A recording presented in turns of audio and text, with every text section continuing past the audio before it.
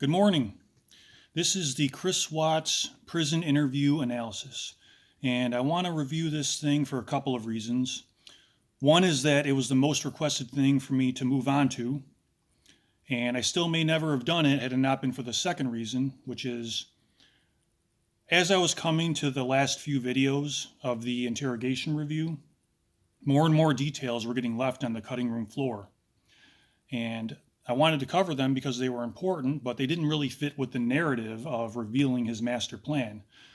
I had pretty much revealed his entire master plan, the truth behind his lies, and thought that was going to be all I had to say about the case. But in the last few videos, as people were requesting that I move on to the prison interview and other things, but mostly the prison interview, I was also leaving a lot of these details on the cutting room floor because, as it turned out, they fit into the completely separate category, which is every bit as important as revealing the master plan and the truth behind the lies. And that is the questions of how does a human being get to the point where they think this is a good thing to do? And more stunning than that, knowing all the details that were going on in Chris Watts' life in particular, how did he think he would get away with it? That's been one of the most baffling questions of the case, is how he got to that point. And most important of all, why did no one see it coming? Because in theory, if one person had confronted Chris, I think you seem like the kind of guy that's going to kill your family. You really look like you're planning to kill your family. Are you going to do something horrible to your family? Chris wouldn't have done it. He would have backed out because the only reason he did it is because he thought he would get away with it. And one person calling him out on that would have prevented the whole thing from happening. He probably would have tried it somewhere else down the road when he thought he could get away with it. So how did he have, as we covered in the interrogation review, so many details in his head with nobody noticing? People did notice things were slightly ajar with him as he was planning to do this, but nobody guessed exactly what he was planning to do until he actually committed the crime, and then everybody was immediately looking at him, and he stuck out like a sore thumb. But that unfortunately didn't prevent anything. So how did he think it was a good idea? Why did he think he would get away with it? And how did nobody see it coming? This prison interview is the perfect vehicle to explore that topic because there's nothing special about Chris.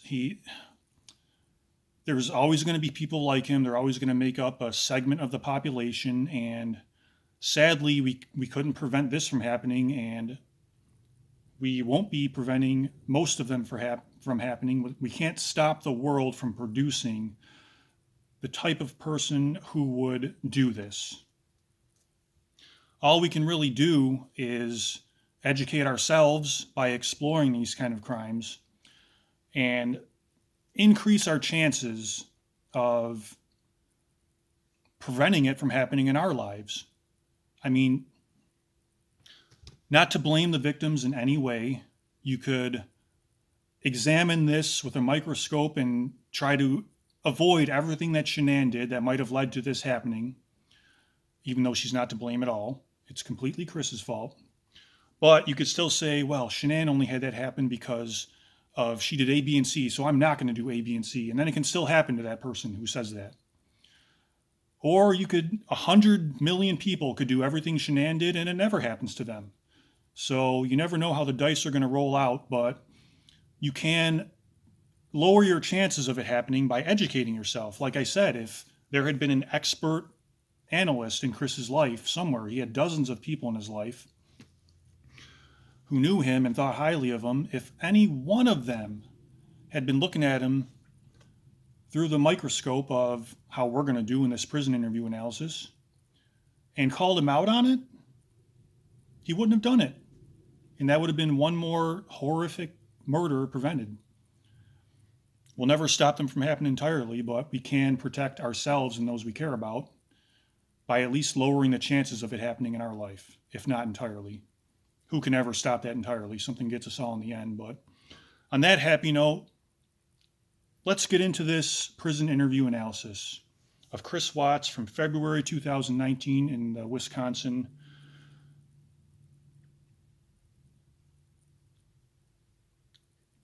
Now, in the first minute of this audio, the interview hasn't even officially begun yet. But in the first minute, maybe less, we get a microcosm of Chris Watts' entire life and why he got to this point and why he thought he would get away with it and why nobody saw it coming, or if they did see it coming, they didn't say anything. We see a microcosm of that in the first minute of the audio. Now,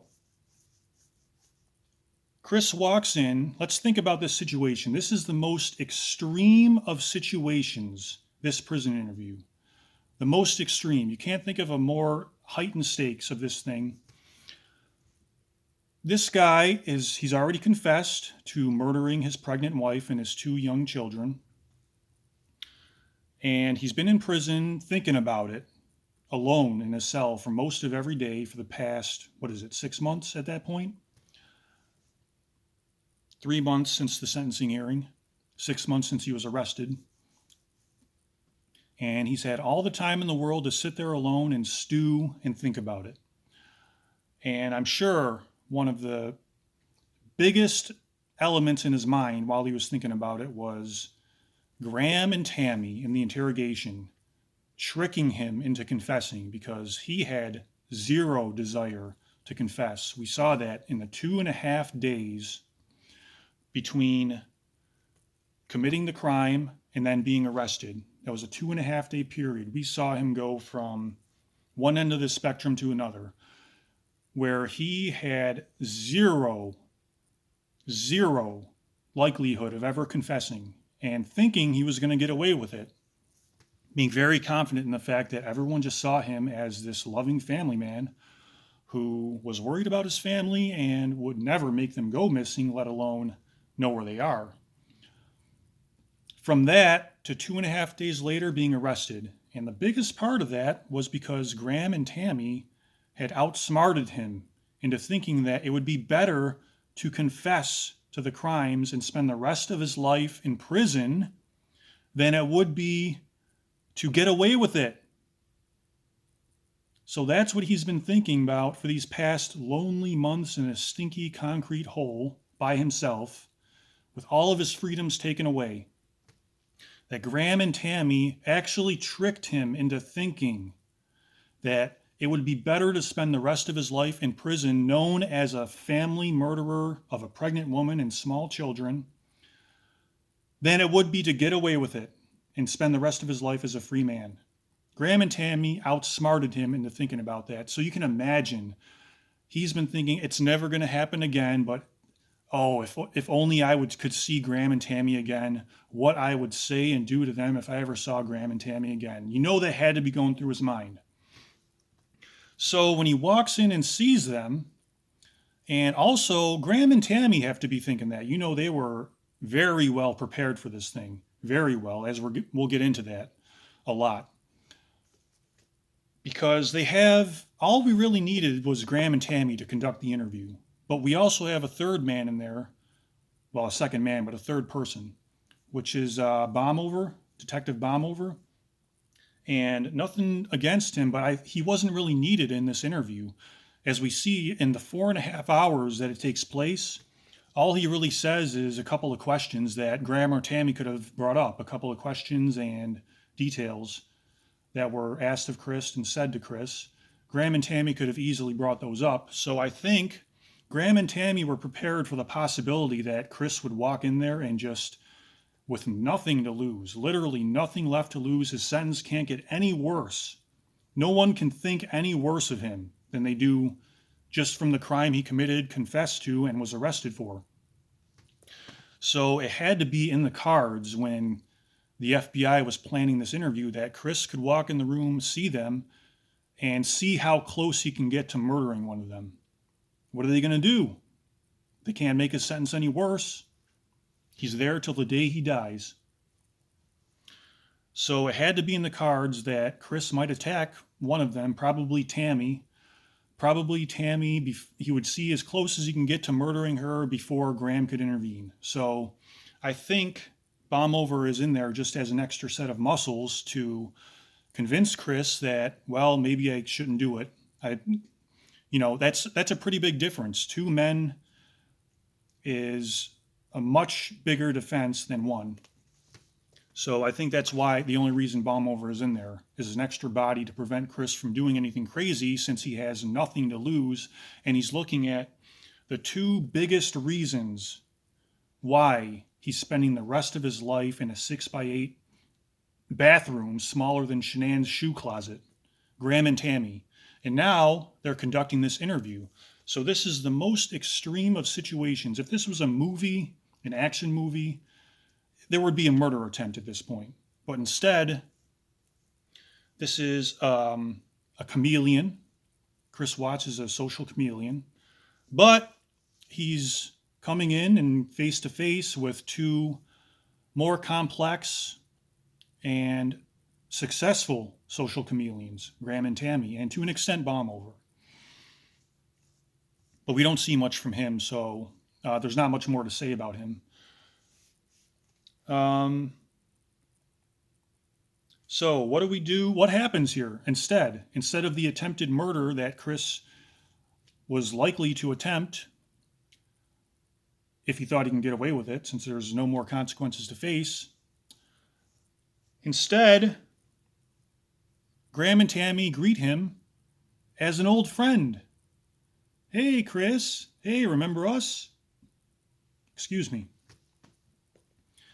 And Chris, instead of just raging at them like you would expect he would of the two people most responsible for taking away all the freedoms he'll have for the rest of his life, he says, yes. And if this just autoplayed, if you were listening on your earbuds and not looking at the video, and YouTube autoplayed this for you, you would have no idea what was going on here. You would think that this was maybe an audio of a supermarket where three people who met at a barbecue are reuniting at the supermarket and recording their conversation. Like, oh, hey, I remember you. We spoke at the barbecue. You wouldn't know how extreme and horrific the circumstances were leading to this happy reunion. They're happy to see each other. Or are they? So they're not, but they're all pretending to be, as we'll get into. So even in the most extreme of circumstances, we see that Chris comes in, he reads the room, he sees his odds of doing this or doing this, and he acclimates. He joins the herd. These people know he is a child murderer of innocent people, and he knows that they are responsible for him losing all of his freedom for the rest of his life. And they're all acting like it's just a happy reunion.